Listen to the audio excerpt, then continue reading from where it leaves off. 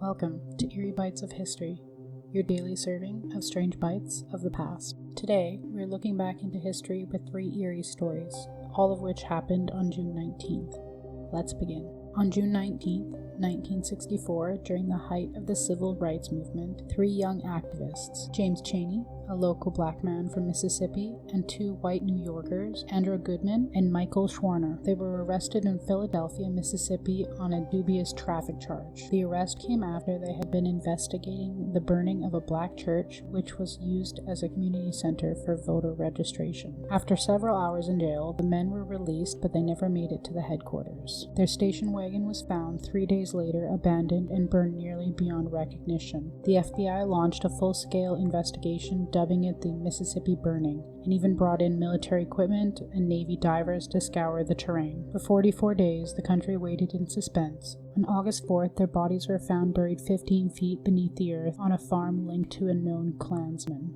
The case revealed a chilling conspiracy. The young men had been tailed after their release and ambushed by a group of the Ku Klux Klan, many of whom were off-duty law enforcement officers or had ties to the sheriff department. Deputy Cyril Price, who arrested the trio, was later revealed to have coordinated the murders with the Klan leadership. 19 men were arrested, but only 7 were convicted, none of which served more than 6 years in prison. To this day, questions linger about how deep the conspiracy ran, and some documents remain sealed, with rumors persisting that more bodies of other victims lie buried in nearby swamps, and how many killers walked free.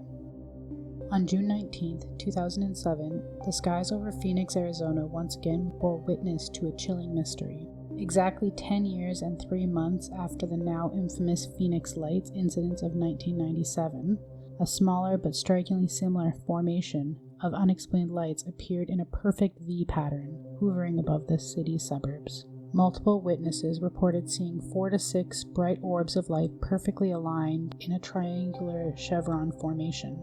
The lights were motionless and completely silent, hovering for nearly 15 minutes before vanishing with no trail, no flicker, no obvious point of origin. Once again, the military officials rushed to prove an explanation, claiming the lights were likely flares dropped from an Air National Guard training exercise at the Barry Goldwater Range west of Phoenix. UFO researchers and skeptics alike took notice, not just because of the resemblance of the 1997 event, but because of the timing. Some speculated it was a symbolic return, a calculated reappearance by an intelligent deliberately mimicking the past. Others believed that it was a psychological operation, an attempt to rekindle the public's interest or confusion. Despite the public curiosity, the incident was never fully investigated as it was in 1997. Was this a warning, a test, or a quiet sign that something or someone is watching?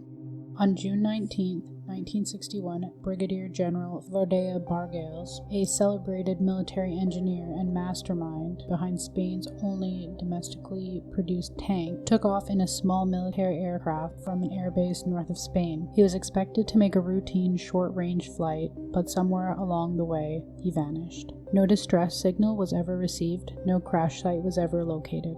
Despite intensive search efforts over land and sea, no wreckage, body, or debris was ever found. It was like the aircraft had been plucked from the sky. At the time, General Verdeja was not just a respected officer, he was a symbol of Spanish military innovation during a time when Spain was under dictatorship, which was militarily and politically isolated. Although his tank was never mass-produced, it had become a matter of national pride, and rumors swirled that it was involved in an advanced and secret military technology project possibly linked to an experimental aircraft or Cold War alliance. Following his disappearance, the Franco regime immediately clamped down. News coverage was muted and vague, and the official records remain heavily redacted and classified to this day. The Spanish Air Force gave no definitive explanation, no mechanical failure, no enemy action, no pilot error, just silence. His name was quietly retired, his work downplayed, and his case was never solved. Did he fall from the sky, or was he made to disappear by a regime